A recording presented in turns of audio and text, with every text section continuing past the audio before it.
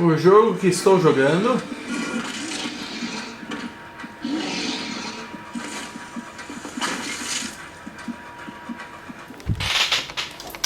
o anime que estou assistindo. A dualidade do homem. Eu não sei dizer se Slice of Life é o meu gênero preferido, mas com certeza é o que eu mais assisti. É minha zona de conforto e garotas fofinhas fazendo coisas fofinhas sempre vai ser algo que vergonhosamente e orgulhosamente vou gostar. Eu já assisti muitos Slice of Life, mas anime de idol era algo que eu até tinha preconceito.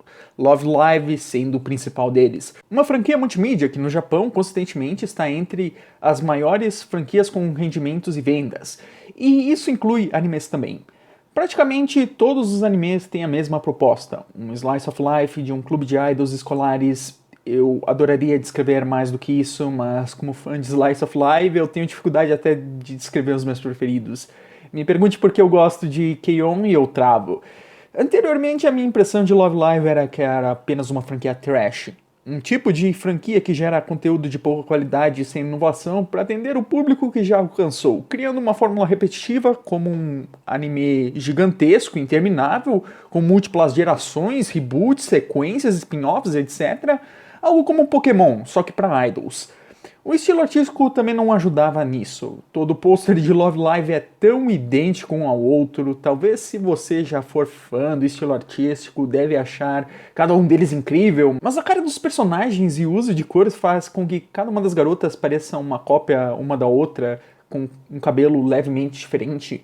É óbvio que cada personagem tem seu gimmick exclusivo para diferenciá-las das outras, mas eu realmente não posso dizer que o material de marketing de Love Live 2013 faz um bom trabalho para transmitir isso. A intenção de eu falar tudo isso não é desmerecer a franquia, e sim mostrar quantas coisas estão presentes nela para afastar o público ocidental. Eu aposto que a maioria das pessoas tem essa mesma impressão negativa que eu tinha, talvez até com outros aspectos incomodando elas. Então, eu vou contar o que eu aprendi assistindo Love Live Nijigasaki e como esses aspectos, apesar de não serem tecnicamente mentiras, também não significa que eles sejam necessariamente defeitos. Eu acabei decidindo assistir Love Live Nijigasaki, que no momento em que estou gravando é o último anime da franquia, pois os outros dois animes de Love Live têm 2 temporadas e um filme cada, fora que Nijigasaki é um soft reboot barra spin-off, há uma mudança de estilo artístico sutil, porém faz uma diferença enorme. O fato de que os personagens não têm os olhos que sugam sua alma, bochechas iguais e pele de plástico é uma melhora e tanto. Isso tira a sensação dos personagens serem models importados de um jogo gacha. A animação também é bem bonita, tem raros momentos em que você depara o uso de dragging e outras técnicas de economia de budget. O mais gritante foi uma das cenas da piscina no episódio 11, porém estou fazendo parecer que isso tem uma proporção bem maior do que realmente tem. Pelo menos compensam isso em detalhes. Pequenas interações e gestos quando uma das personagens faz com que determinado do grupo acabe se sobressaindo e tendo uma relação um pouco mais aprofundada com a quem está falando. E isso são todos detalhes excelentes. Nijigasaki possui 10 personagens principais. Exatamente, um número minúsculo de 10 principais.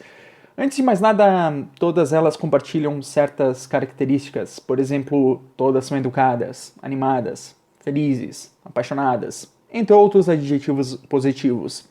Isso acontece com muitos animes com múltiplos personagens principais, e todas as personagens de Love Live têm em si esses princípios e depois são moldadas com alguma coisa para diferenciá-las das demais.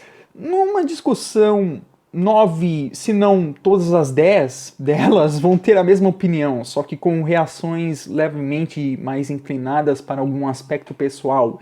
Então, uma delas vai fazer um comentário positivo bonitinho, a outra vai fazer um comentário positivo carinhoso, outra um comentário positivo responsável, e por aí vai. Não me leve a mal, num anime com múltiplos personagens principais é inevitável chegar num momento desses. Ter esses diálogos não é necessariamente um problema, mas é um excelente desafio para você notar quais são os personagens que têm uma identidade única e qual deles se mescla com o restante. Os primeiros 9 episódios eles se focam um em cada uma das personagens principais, tirando a Yu, que a Yu é a exceção, e esses primeiros episódios também servem para mostrar o porquê cada uma delas quer ser uma idol e cada uma delas tem uma mensagem diferente que quer acabar transmitindo com a performance delas. Nós visualizamos os acontecimentos da visão de Yu Takasaki. Ela é apaixonada por idols, mas é a única membro do grupo que não quer ser idol. Ela é um membro de suporte, cuja intenção é ajudar as outras a realizarem os seus sonhos. Ela é uma personagem relativamente deslocada das outras devido ao contexto em que ela se encontra. Como as personagens de Nijigasaki surgiram de um jogo, a Yu serve como o personagem que você controla no jogo. Acho que agora já faz sentido porque ela só quer ajudar as outras, pois no material original essa era a função dela. É até que bonitinho que no final eles deem uma volta e retomem a esse tema de fechamento da temporada. Yumo Uehara é a melhor amiga da Yu e eu não consigo dizer muita coisa fora que ela é feliz. Pra mim, ela é a segunda pior personagem devido à personalidade dela se mesclar com outras e também pelo fato de que o primeiro episódio, que é o episódio para desenvolver ela, meio que mais desenvolve a Yu do que ela. Tá certo que ela acaba tendo um desenvolvimento durante o anime com momentos de inveja e insegurança, principalmente no final. Então, mesmo que ela não seja a personagem mais interessante, pelo menos ela tem uma quantidade de desenvolvimento maior em questão de episódios. Eu até gosto da mensagem final que a Setsuna passa pra Yuma, mas no fim das contas, a Yuma em si como personagem, eu acho ela extremamente fraca. Falando em Setsuna, Setsuna Yuki é a personagem com mais características. Ela é fundadora do grupo, é a mais habilidosa e experiente, e também é responsável pelo trama dos primeiros episódios. Esses primeiros episódios se focam no clube de idols não existir, pois a Setsuna, como ela era presidente, ela acabou forçando a sua vontade nas outras integrantes e acabou não dando certo, mas nós sabemos que isso vai ser eventualmente resolvido. Ela também é a presidente do conselho estudantil, e eu até acho ela mais interessante quando ela usa esse pseudônimo do que quando ela age sem nenhum disfarce. E pra fechar, ela também é otaku, o que normalmente é um artifício bem barato de animes se conectarem com a sua audiência, mas aqui funciona melhor, pois não é esfregado na sua cara, e é mencionado apenas umas 3 ou 4 vezes por motivo de comédia, que provavelmente é a melhor maneira de executar um personagem assim. Kazumi Nakasu é simplesmente adorável, ela gosta de se mostrar de uma forma ou outra, mesmo que isso sempre dê errado pra ela.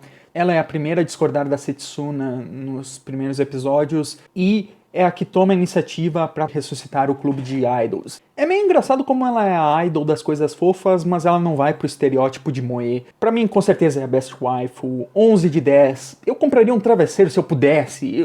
Principalmente é uma maneira que ela é energética e ela rouba toda a cena que aparece. Ela é adorável demais. Eu tinha dúvidas que depois do primeiro episódio se eu ia dropar ou não, mas a Kozumi não me permitiu. Eu adoro ela. Hina Tenoji é a garota super tímida.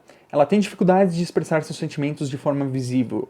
Eu odeio ser o cara que faz o comentário ridículo de "Carito é emo, gamer, otaku, fracassado, ele é igual a mim". Não eu me relaciono com o personagem, mas a história da Hina é algo que eu passei.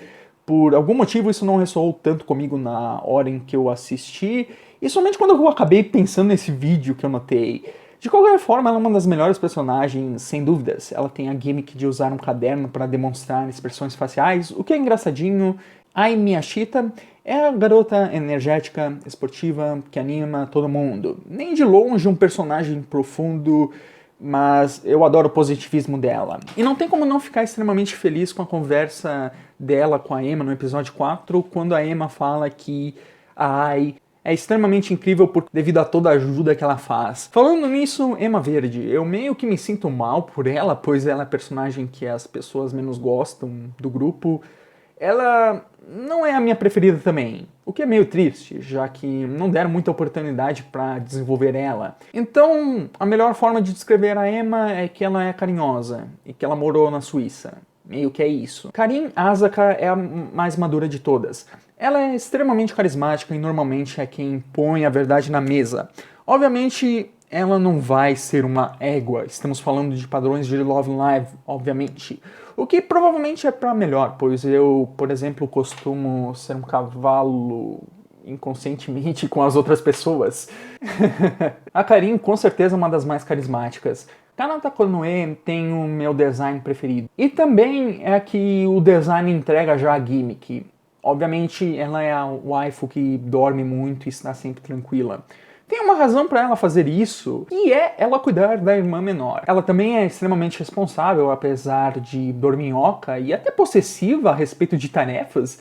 Eu gosto de vários dos aspectos dela no papel. Eu achava que ela ia ser minha preferida na primeira vez que eu vi, afinal, o Snorlax é meu Pokémon preferido, mas de alguma forma acabou não sendo. Provavelmente pois, tirando o sono, o restante do background interessante dela acaba praticamente sendo apenas relevante no episódio exclusivo dela, ao contrário das outras, onde o background acaba sendo relevante em outros episódios. Por último temos Shizuku Osaka, que objetivamente é a pior das personagens. Ela faz parte do clube de teatro e, tirando isso, ela entra no limbo junto com a Emma e a Ayumu de personagens que essencialmente não tem nada que distingue ela das outras, pois a forma que ela age é exatamente igual como qualquer outra agiria. Novamente, muitos personagens de Love Live têm ideais parecidos, mas a personalidade é distinguível, o que não acontece com a Shizuku. O fato dela ser ignorada pela maior parte do anime não ajuda. Como disse, são 9 episódios de desenvolvimento, porém alguns personagens receberam desenvolvimento conjugado, como a Ai e a Hina, ou a Kain e a Emma. Então você não tem que esperar até o episódio 9 para saber quem é a Karin. Pelo menos até o episódio 5 você mais ou menos já vai saber a personalidade de cada uma do grupo, exceto pela Shizuku, que não tem desenvolvimento conjugado com nenhum outro personagem. E só no episódio 8 de 13 conhecemos ela. No episódio 1 até aparece uma cena dela interagindo com o clube de teatro, mas é tão marcante que eu só fui lembrar que existiu isso quando eu vi o episódio 8. Toda a fala dela nos episódios 2 a 7 poderia ter sido feita por qualquer uma das outras integrantes, que não haveria diferença nenhuma. Então vamos para o momento que todos esperávamos. Eis minha tier list das waifus de melhor para pior, que obviamente é a única coisa que importa nesse vídeo.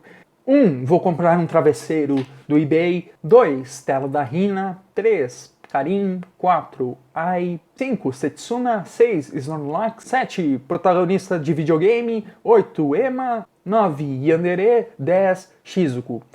Depois da introdução dessas personagens, o episódio 10 é essencialmente o episódio de acampamento, onde nós vemos todas elas interagindo. E o episódio de 11 a 13 tendem a fechar a relação da Yu com a Yumo e ser um send-off de todas as demais do grupo, obviamente. Essas meninas têm surpreendentemente mais personalidade do que eu esperava. E no fim das contas, esse é um núcleo de um Slice of Life. Se os personagens não têm personalidade boa, Slice of Life não tem propósito. Infelizmente, algumas acabam entrando no limbo de personalidades mescladas. Novamente, eu tenho dificuldade para descrever a Emma, a Yumo e a Shizuku. Mas tirando isso, 7 das 10 principais eu acabo gostando, que é apropriadamente a nota que eu vou dar no meu My Anime List. Foi o primeiro anime desde a primeira temporada de Biuke Euphonium em 2015 que me deixou com sensação de vazio. É raro isso. Eu odeio dizer, mas a razão é que eu vou sentir falta dessas personagens e de Love Live. Então eu sei que inevitavelmente eu vou me tornar ainda mais depravado e vou assistir os outros Love Lives e vou assistir a segunda temporada e vou assistir o filme. Eu tinha diversos preconceitos contra Love Live, mesmo sendo fã de Slice of Life. Eu com certeza acabei me simpatizando e finalmente posso dizer que respeito Love Live. É um Slice of Life que eu acabei aprendendo algumas coisas. E no fim das contas eu acho que é isso que acaba importando no gênero. Então, essa é a visão de Love Live de um noob. Or should I say, a new fan.